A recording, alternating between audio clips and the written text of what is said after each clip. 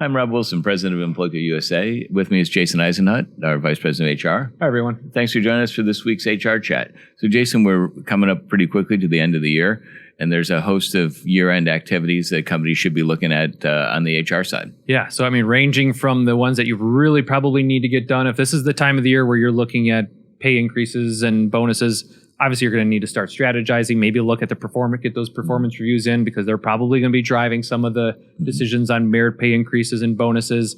Looking at budgets for next year, do some workforce analysis. So if you as a company are planning to grow or add a new division or a new product, you're going to need new employees or different types of employees to help with that. So the HR team will probably be looking at recruiting activities or training and to get the organization ready for some of that.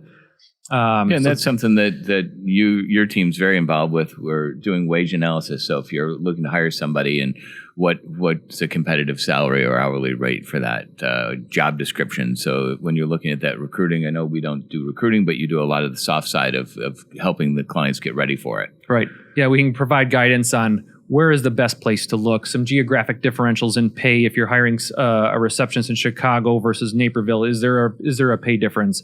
So some of that, and then also kind of getting ready for interviewing technique training and best recruiting techniques. And we did an HR chat a while ago on the top 25 questions that you can't ask in an interview. So feel free to reach out to Jason for a refresher on that. But then also on the performance reviews, help train your supervisors and make sure. And performance reviews today, it shouldn't be a year end. It should be conversations that are being had throughout the year. But if you're still doing just one a year, now's the time to do that. So also you're probably in open enrollment for most healthcare plans. Right. Yeah. So this is kind of a crunch time for employment related decisions and programs on the HR side.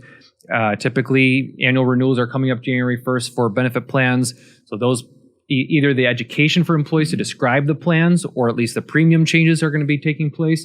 So it's a good time to kind of make sure you're getting all those ducks in a row, at least on the ones that are required. And then there's optional things that you could take a look at end of year activities, like do we need to revamp any of our policies, our PTO or our work from home policy? Do we want to put out a new handbook and ask employees to sign off on that? There's a new OSHA poster that was just released by the federal government, although it's probably not ready at your local poster printing company yet. Get ready for it because it's supposed to be posted within a reasonable amount of time. So those kind of things that take a look at year-end activities on the HR side. And then, of course, a whole nother topic is if you're hosting your annual holiday party, is it a lunch? Is it dinner? Is there alcohol? What type of anti-harassment issues? Tickets. Is it tickets for drinking? Yep. Is it are you Ubering? So that's a whole nother topic, and happy to take a deeper dive into that in the next few weeks. Right. Yeah. There's some good best practices for holiday parties. You mentioned most of them, but probably some ground rules in advance to make sure employees and the management are on the same page.